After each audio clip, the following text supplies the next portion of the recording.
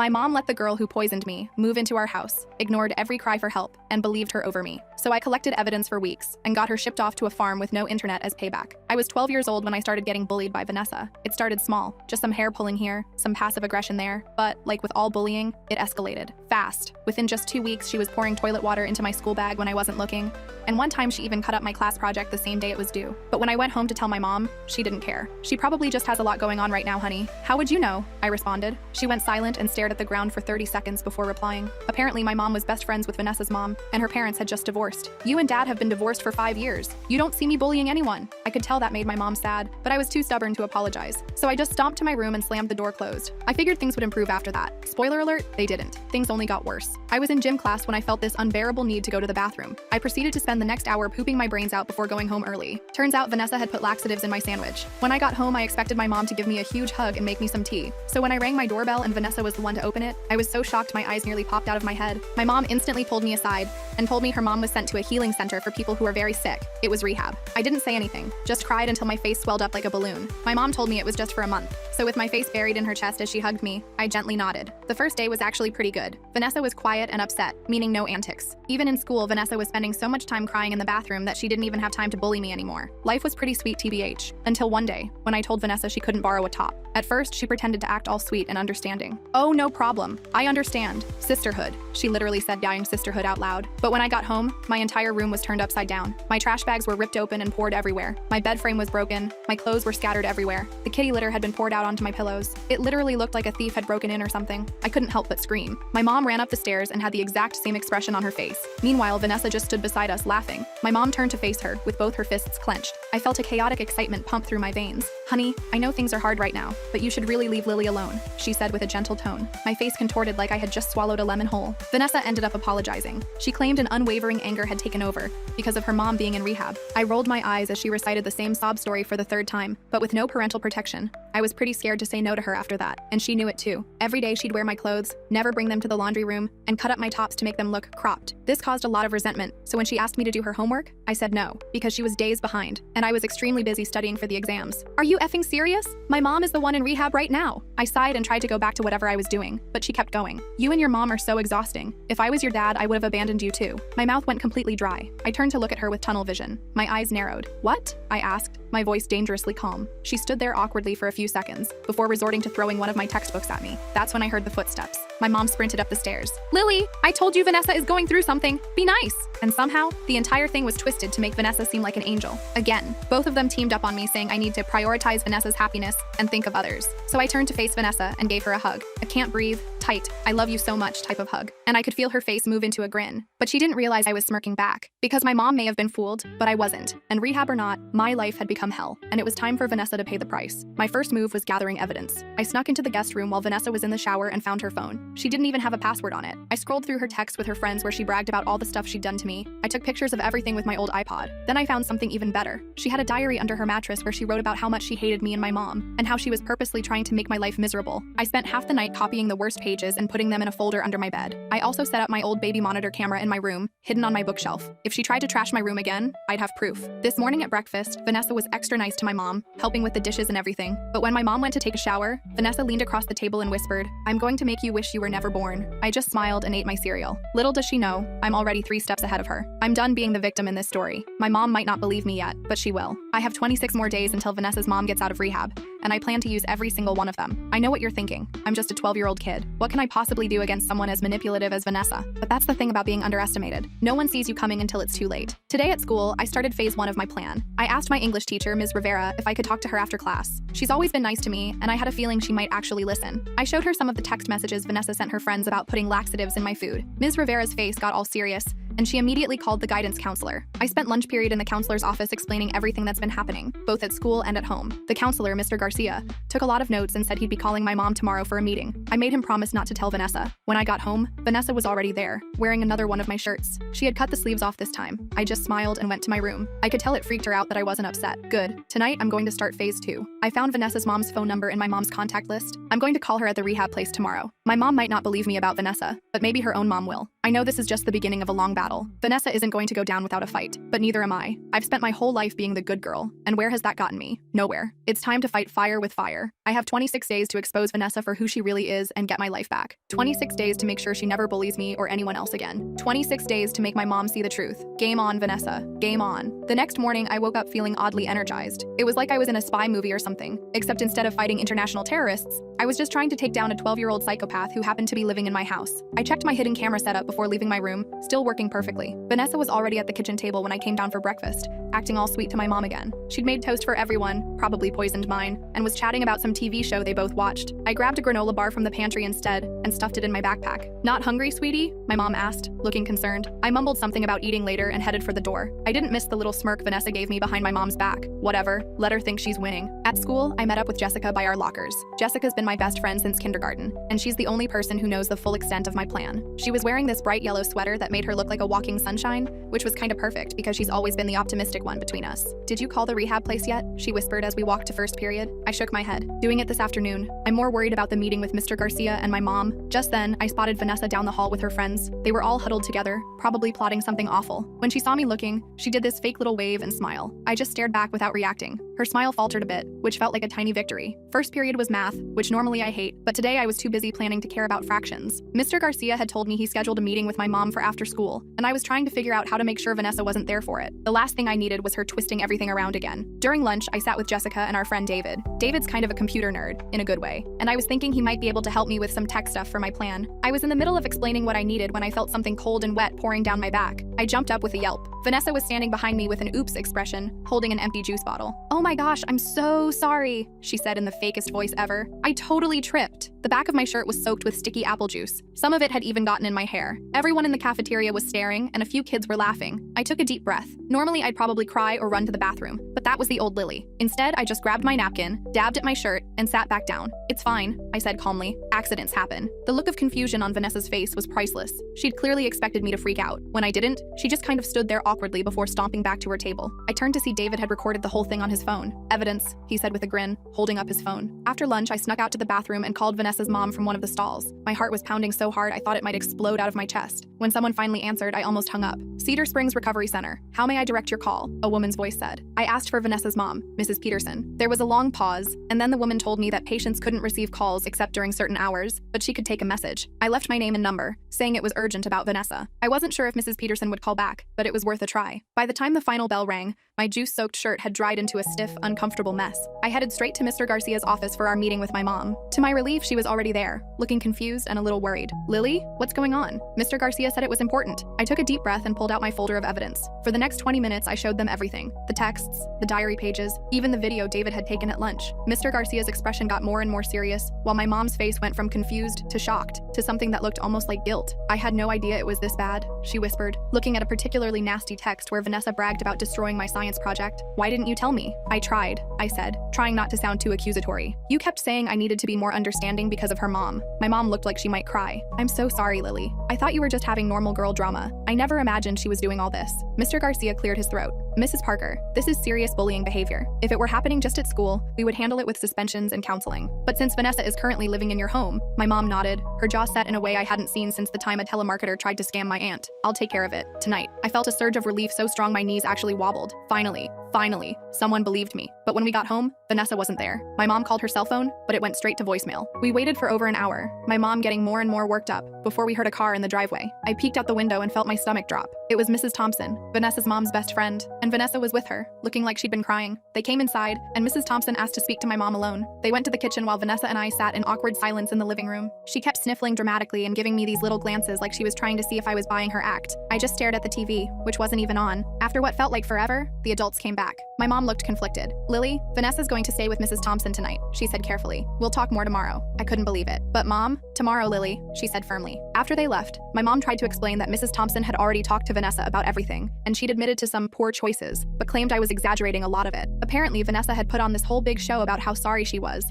and how she'd just been so upset about her mom. "So you believe her again?" I asked, my voice cracking. "No, honey, I believe you," my mom said, pulling me into a hug. "But Mrs. Thompson asked for one night to sort things out. Vanessa will be back tomorrow, and we're going to have a serious talk with both of you." I went to bed that night feeling uneasy. Sure, my mom believed me now, but Vanessa was slippery. She'd already started damage control with Mrs. Thompson. What else was she planning? The next day was Saturday, which meant no escape to school. I woke up late, around 10, and found my mom making pancakes downstairs. The doorbell rang just as I was pouring syrup on my stack. It was Mrs. Thompson again, with Vanessa hiding behind her. But something was different this time. Vanessa looked scared. Mrs. Thompson wasn't smiling either. "Come in," my mom said, her voice neutral. "We were just having breakfast." We all sat at the dining table in the world's most awkward pancake party. No one touched their food. Finally, Mrs. Thompson cleared her throat. "I owe you both an apology," she said, looking at me and my mom. "After I got home last night, I found some disturbing things on Vanessa's phone, things that confirm everything Lily has been saying." My heart did a little victory jump. Mrs. Thompson explained that she'd checked Vanessa's phone while she was in the shower and found not just the texts about me, but messages to her mom that had never been sent. Horrible things about how she was glad her mom was locked up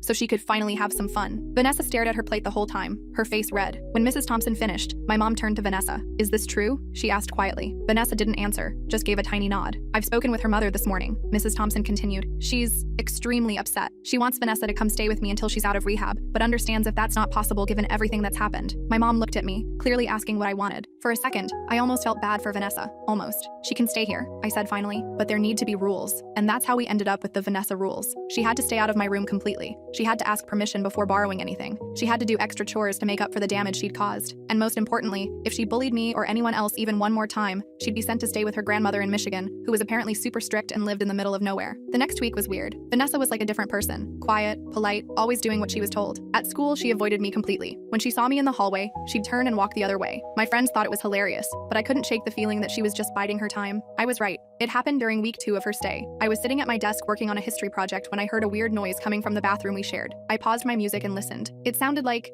sniffling. Was Vanessa crying? I hesitated outside the bathroom door. Part of me thought it might be a trap, but what if she was actually upset? I knocked softly. "Vanessa, you okay?" The door opened a crack, and her tear-stained face appeared. She looked awful, like she'd been crying for hours. "My mom called," she whispered. "She's not coming back." "What do you mean?" I asked, confused. Vanessa pushed the door open wider and showed me her phone. There was a text from her mom that said she'd decided to extend her stay at the rehab place and then visit her sister in California for a while. "She's abandoning me," Vanessa said, her voice breaking, just like my dad did. For a moment, I actually felt sorry for her. I awkwardly patted her shoulder and told her it would be okay, that her mom probably just needed more time to get better. Vanessa nodded and thanked me for being nice, even after everything she'd done. I went back to my room feeling weirdly conflicted. Maybe Vanessa really was changing. Maybe she just needed someone to be kind to her. The next morning, I woke up feeling like death. My throat was on fire, my nose was completely stuffed, and my head felt like it was full of concrete. I had a raging fever too. When my mom came to check on me, she immediately called the doctor. "Must be that flu that's going around," she said, bringing me some tea and medicine. Vanessa had a touch of it last week, but it wasn't this bad. I spent the next 3 days in bed, missing school and feeling like garbage. Vanessa was actually pretty nice, bringing me soup and even letting me borrow her iPad to watch Netflix since mine was broken. By the 4th day, I was starting to feel human again when I got a text from Jessica. "Check Instagram now," it said, with about 50 exclamation points. I opened the app and nearly dropped my phone. Someone had made an account called Lily the Loser, with a profile picture of me sleeping with my mouth open, drooling. There were at least a dozen posts, all pictures of me from the last few days,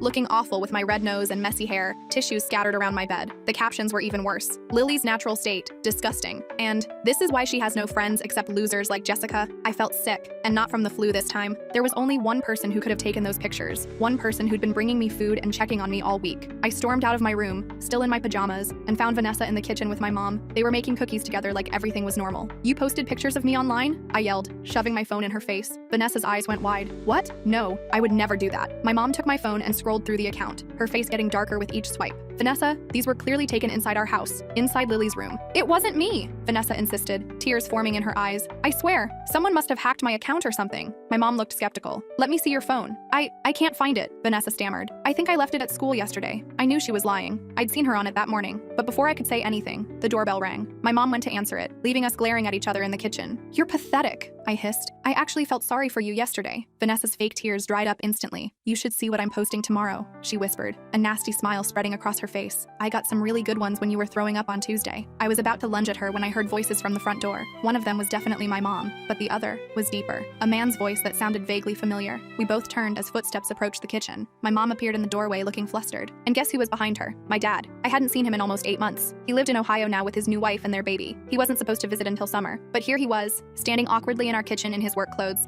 like he'd come straight from the office. "Dad?" I managed, my voice croaky from both the flu and shock. "Hey, kiddo," he said, giving me a little wave. "Heard you were sick." I looked at my mom questioningly. She shook her head slightly, looking as confused as I felt. "I got a call that you were in the hospital," my dad continued, frowning. "Something about severe dehydration from the flu? But you're clearly not in the hospital." We all turned to look at Vanessa, who had gone very pale. "I might have called him," she admitted in a small voice. "I was worried about Lily." My dad ran his hand through his hair, a gesture I'd almost forgotten about. "So, you're not critically ill? The call made it sound like you were on death's door, Lily." "I had the flu," I said. "I'm fine now." My mom turned to Vanessa, her voice deadly calm. "You called Lily's father and told him she was hospitalized? Do you understand how serious that is?" Vanessa shrugged, not meeting anyone's eyes. My dad looked between all of us, clearly sensing the tension. "Maybe I should come back another time?" he suggested. My mom shook her head. "Actually, Joseph, could you stay for a bit? We need to talk about some things happening with the girls." The next hour was one of the weirdest of my life. We all sat in the living room while I explained everything Vanessa had done, from the laxatives to the Instagram account. My dad got more and more serious looking, occasionally glancing at my mom like they were having some silent parent conversation. When I finished, there was a long silence. Finally, my dad cleared his throat. "I think," he said slowly, "that this isn't a good living situation for either of you girls right now." My heart sank. Was I going to be sent away? It wasn't fair. I hadn't done anything wrong. "I agree," my mom said, surprising me. "Vanessa needs more supervision than I can provide while working full-time." Vanessa's head snapped up. "What does that mean?" My mom took a deep breath. "It means I'm calling your grandmother tonight. You'll be going to stay with her until your mother is ready to come home." "What? You can't do that!" Vanessa shrieked, jumping to her feet. "My mom left me with you. You can't just ship me off to Grandma's boring farm." "I'm not shipping you off," my mom said calmly. "I'm finding you a more appropriate place to stay while your mother recovers. A place with full-time adult supervision." Vanessa turned to my dad, her eyes suddenly wide and pleading. "Mr. Parker, please, tell her she can't do this. My mom will be so upset." My dad looked uncomfortable but shook his head. "This isn't my decision to make, Vanessa. But for what it's worth, I think Lisa's right. You need more support than she can give you right now." Vanessa's fake tears turned to rage in an instant. She stomped her foot and pointed at me. "This is all your fault. You turned them against me. I hate you." She stormed off to the guest room and slammed the door so hard a picture fell off the wall. My parents exchanged a look. "I'll make the call," my mom said quietly. The next few days were tense. Vanessa refused to come out of the guest room except for meals, where she sat in stony silence. Her grandmother was coming on Saturday to pick her up, and apparently, she was not happy about the situation. On Friday afternoon, I came home from school to find the house weirdly quiet. My mom was still at work, and Vanessa should have been home already. I called out, but no one answered. Figuring she was just giving me the silent treatment, I headed upstairs to my room. The moment I opened my door, I knew something was wrong. My closet door was open, and clothes were strewn everywhere. My desk had been ransacked, drawers pulled out, and papers scattered across the floor. But the worst part? My folder of evidence against Vanessa, the texts, the diary pages, everything, was gone. I frantically searched everywhere, but it had vanished. So had my iPod with all the photos. Even my hidden camera was missing from its spot on the bookshelf. I heard the front door open downstairs and ran to the top of the stairs. It was Vanessa, carrying a bulging garbage bag. "Where is it?" I demanded. "What did you do with my stuff?"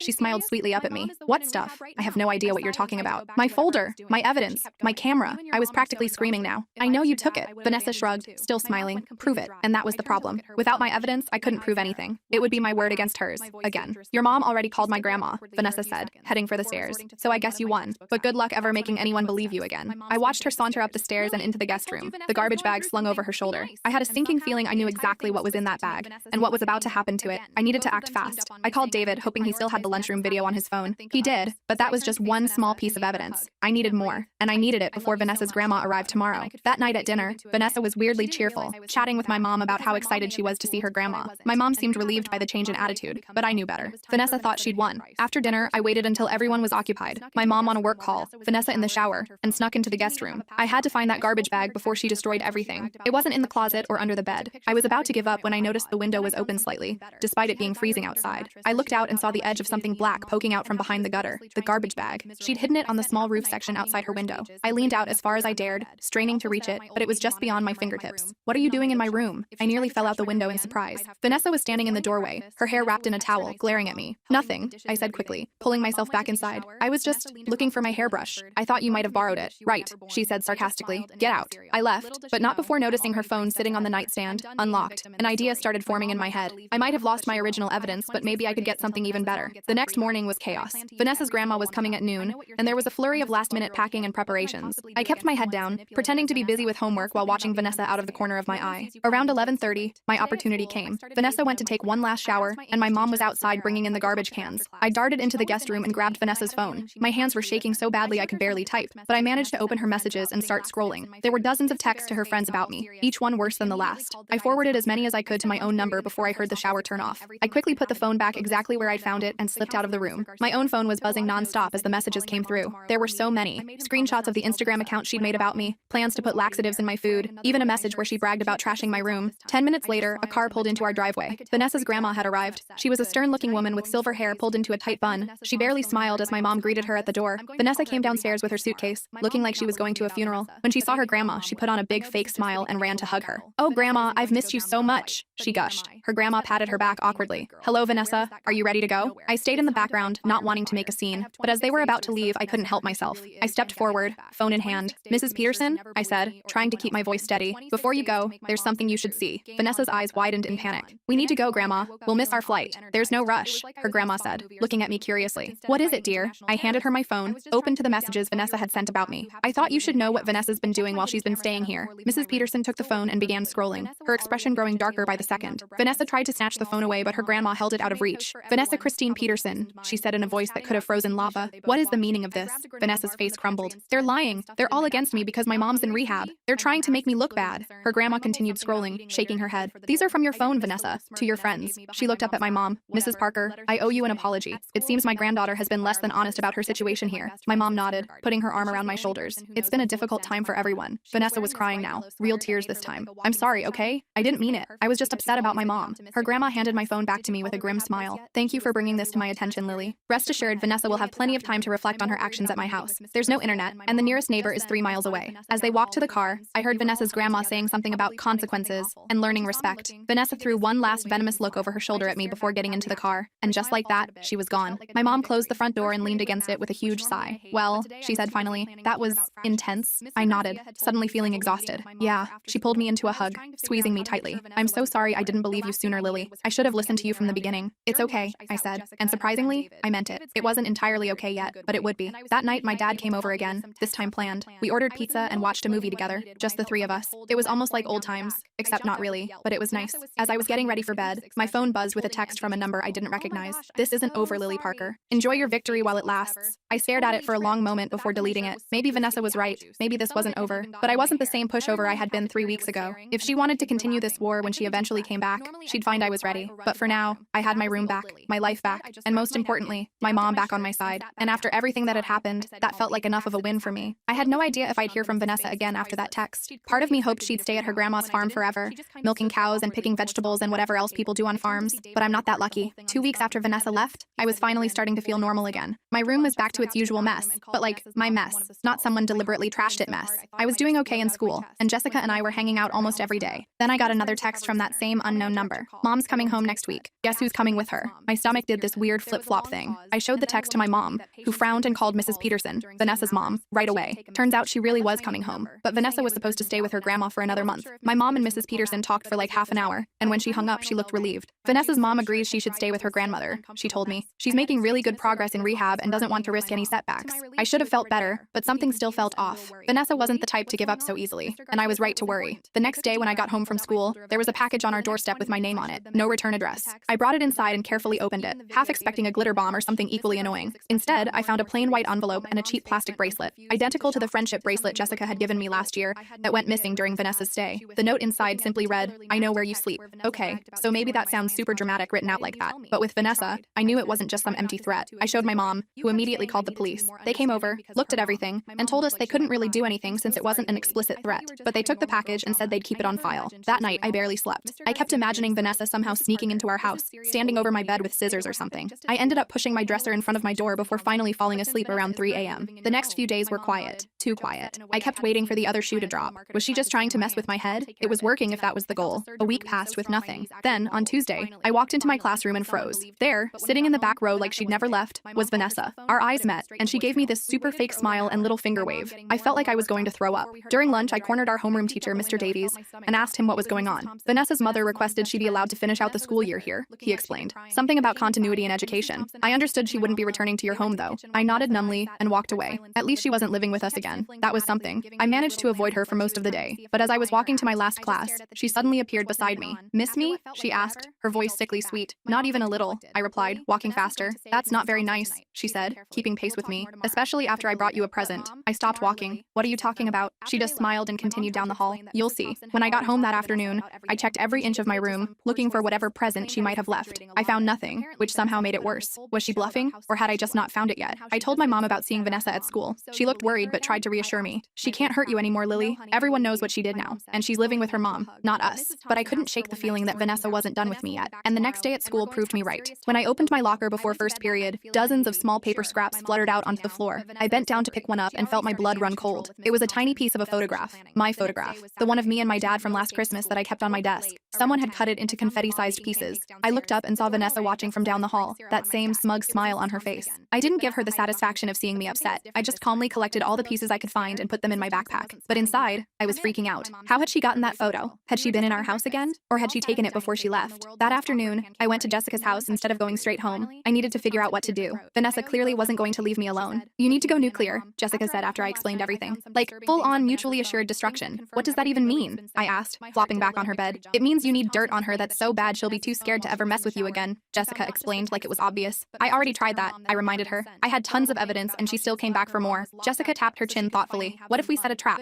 The plan we hatched was simple. Make Vanessa think I had something she desperately wanted, then catch her in the act of trying to steal it. We'd need help though. I called David, who was totally on board. His parents had recently installed security cameras around their house, and he'd figured out how to access the footage remotely. He loaned me 2 small wireless cameras to hide in my room. Next, I needed bait. What would Vanessa want badly enough to break into my house? I thought about it all night before the answer hit me. Her diary. She'd taken mine when she left, but what if she thought I had hers? The next day at school, I made sure Vanessa overheard me talking to Jessica about finding Vanessa's real diary, hidden in the guest room after she left. I didn't look at her directly, but I could practically feel her panic from across the cafeteria. When I got home, I set up David's cameras, one pointed at my window, the other at my door. Then I created a fake diary with a bunch of blank pages and one entry at the beginning that said, "If you're reading this, Vanessa, smile for the camera." I put it in my desk drawer, slightly visible if someone was really looking, then headed to Jessica's for a sleepover. My mom was working late, so the house would be empty for a few hours. Perfect bait. Around 8 p.m., my phone buzzed with an alert from the camera app. Someone was in my room. Jessica and I huddled over my phone, watching in real time as Vanessa climbed through my window. She was wearing all black like some kind of cartoon burglar. If I wasn't so freaked out, I might have laughed. We watched as she went straight to my desk and started rummaging through the drawers. When she found the fake diary, she quickly flipped it open. I wish I could have seen her face when she read that first page. She dropped it like it was on fire and looked around frantically,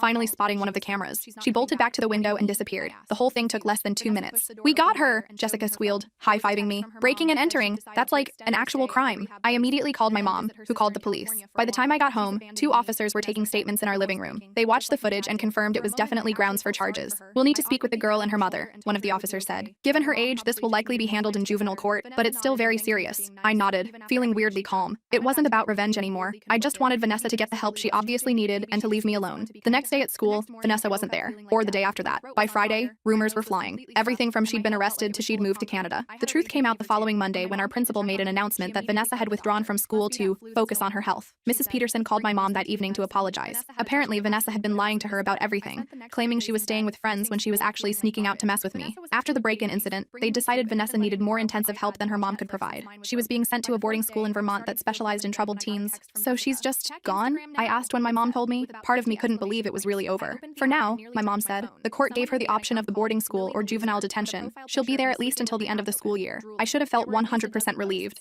but I still had this nagging worry that somehow, someday, Vanessa would find a way to get back at me. My mom must have noticed my expression. "You know," she said, sitting next to me on the couch, "I've been thinking about what happened with Vanessa, about why I didn't listen to you sooner." I shrugged. "You wanted to help her mom. I get it. That's part of it," she admitted. "But I also think I was trying so hard to be the perfect single mom that I ignored what was right in front of me. I'm really sorry, Lily." I leaned against her shoulder. "It's okay. We figured it out eventually." And we had. It took longer than it should have, but my mom had finally seen Vanessa for who she really was. And more importantly, she had believed me. The rest of the school year was pretty normal. I hung out with Jessica and David, got decent grades, and slowly stopped checking under my bed every night. My dad even drove up for my end-of-year choir concert, which was kind of a big deal since he usually only visited on scheduled weekends. Summer came, and I mostly forgot about Vanessa. I spent 3 weeks at camp, went on a road trip with my mom to visit my grandparents, and even had a 2-day Harry Potter movie marathon with Jessica, where we barely slept and ate nothing but popcorn and candy. It was August when I finally heard from Vanessa again, but it wasn't at all what I expected. The letter arrived with no return address, just my name written in handwriting I recognized immediately. Inside was a single page. "Lily, I'm supposed to write this as part of my therapy, so here it is.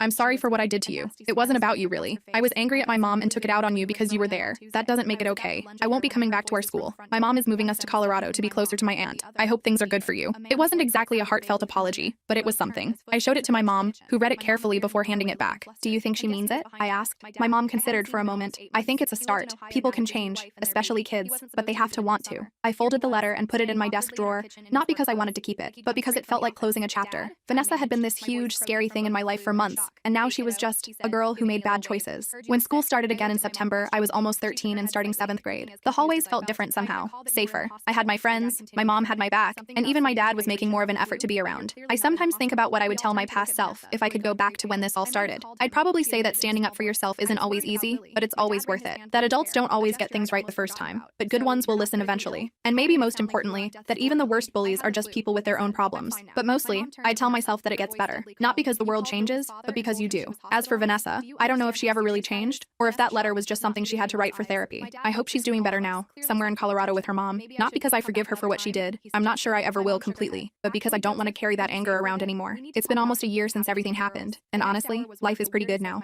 I'm still me, still Lily Parker, just a little stronger than before.